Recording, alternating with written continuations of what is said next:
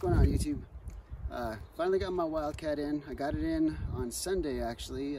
FedEx delivered it to my surprise, and I was excited to get it out of the box. Opened it up and tried to cycle it, and I had a couple issues. And this video, I figured I'd kind of go over some of the issues that I had setting it up, what I did to get it going, and I shot it. Once I got it going, I didn't have to send it back to where I got it from. And shot pellets great. I had a can of the, I got it in 25 cal. I shot a can, or what I had left of a can of the 34 grain JSBs, and it shot great. I was hitting everything I wanted at 50 yards. I was putting pretty good groups out to 96 yards, but I bought this gun to shoot slugs out of it. So I got 500 rounds of the FX hybrids, and I kind of did some research, and it seems like the 930s and above feet per second is about what these things are supposed to shoot at. So I'll go over a couple of those things. I'll go over one, like I said, some of the issues that I had with it right out of the box, and then I'll go over how I went about tuning it. And I got my chronograph set up, and we'll shoot some shots and look at the speed. And I haven't shot it since I tuned it to this speed. I just shot it over the chronograph to know that I got the speed I was looking for. And I haven't put any groups yet, so I'm not sure if it's going to be accurate or not, but we'll find out. Okay, so I did end up getting the sniper version, 25 cal, 700 millimeter barrel with the superior liner, and it's a nice gun. I was happy with it. I took it out of the box and I went to go cycle it, and it would not cycle. It would pull back the action, and it wouldn't cock. I just pull it all the way back, and it wouldn't catch. It'd go straight forward. So I had never owned a Wildcat before, so I kind of just reverse engineered it. Took the little screw off of the center here, and this wheel comes off. You got a little BB in there, steel little BB that you can't lose. Don't lose it. That's what keeps your positions when you rotate it.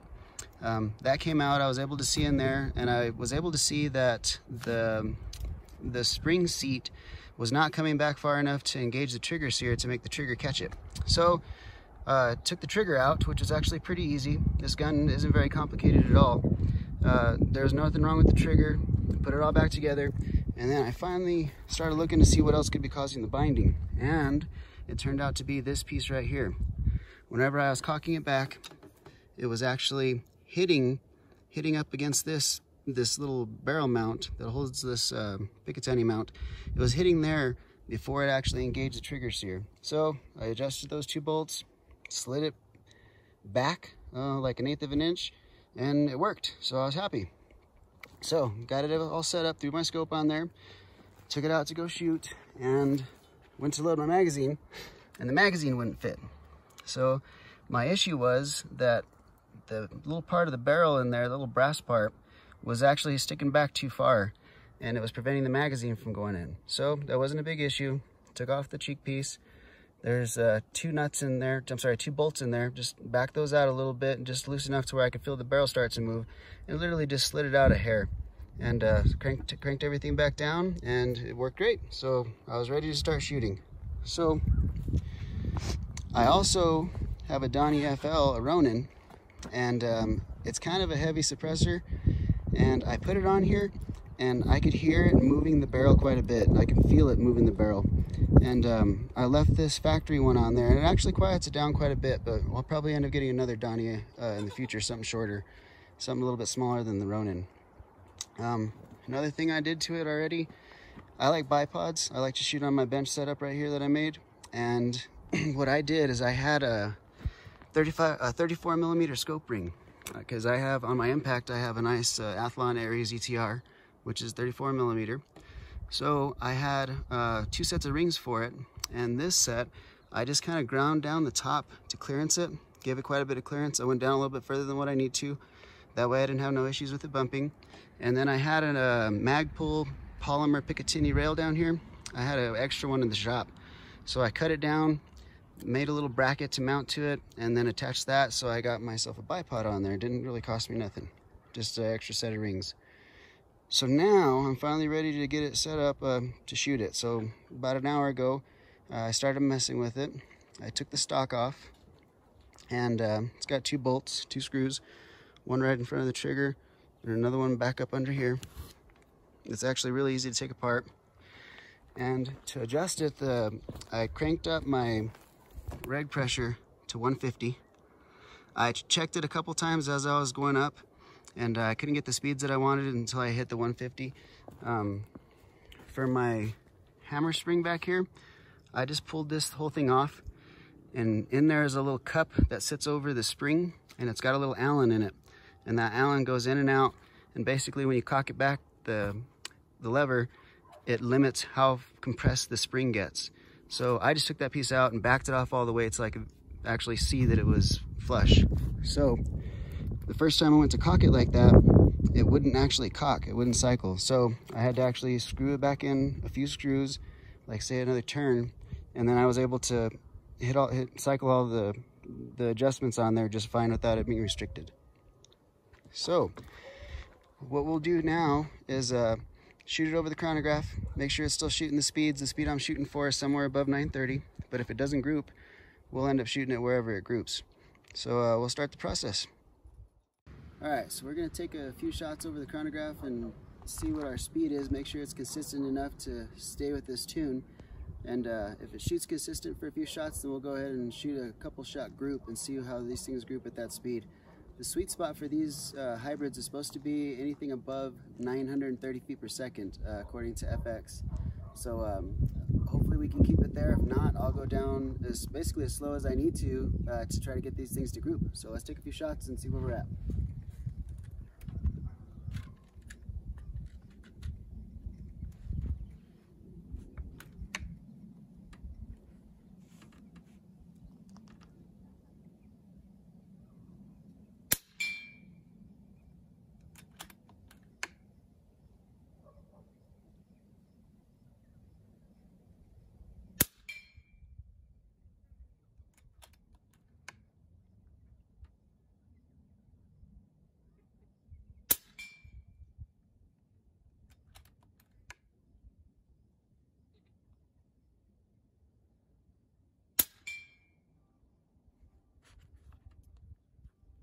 Alright, it's shooting at 910 right now. I think we can get a little bit more speed out of it, so I'm gonna back off the hammer tension screw, which will allow it to compress more, giving it more hammer tension. So I'm gonna make a few adjustments and we'll shoot a couple more shots and see if we can get back up in the 940s. Alright, so I moved it out 3/4. I had to end up moving my chronograph because I'm running out of light, but let's see if I can get a few shots through here. Clocking it at the 940s, 930s, somewhere in that area. Take a few shots.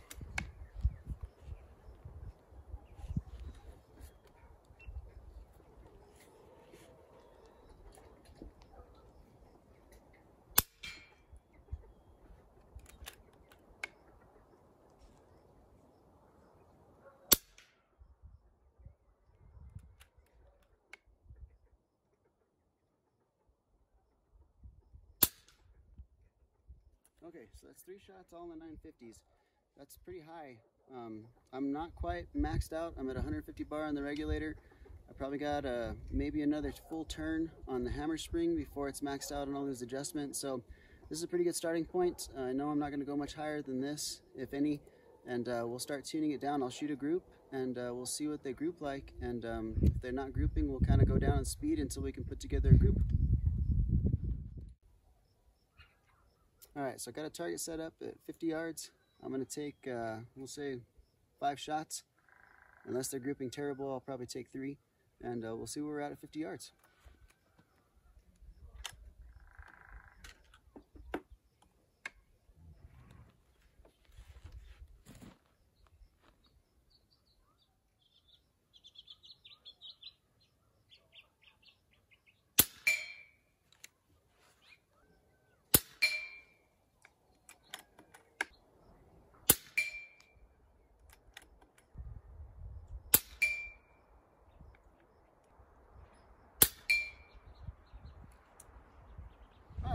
There's the group. You can probably already see it on camera, but I'm going to walk down there and check it out. Alright, let's go see the target.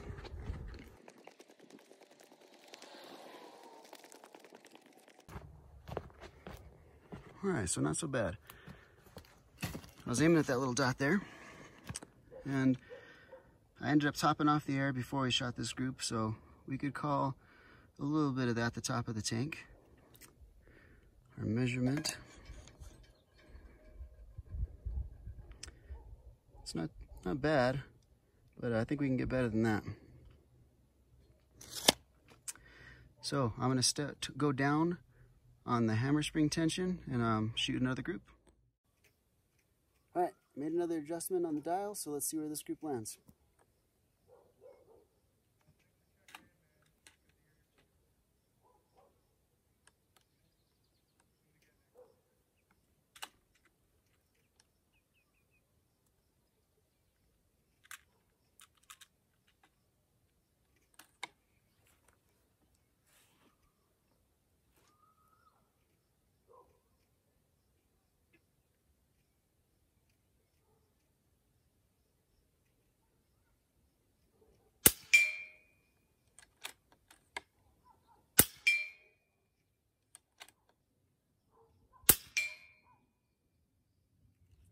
All right, that's a 3-shot group. I can already see that's about the same as the last group.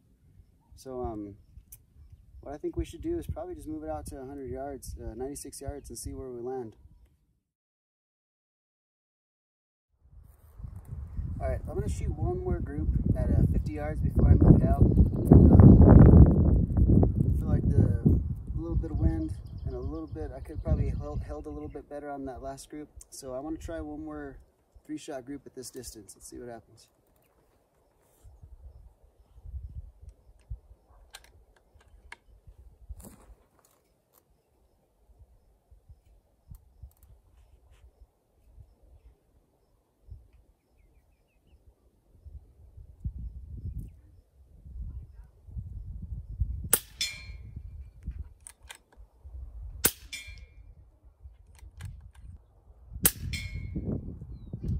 Alright, that looks a little bit better. So that group is actually back up to the original setting. So that was whatever we shot, we were shooting like 950. So let's walk over there and check it out.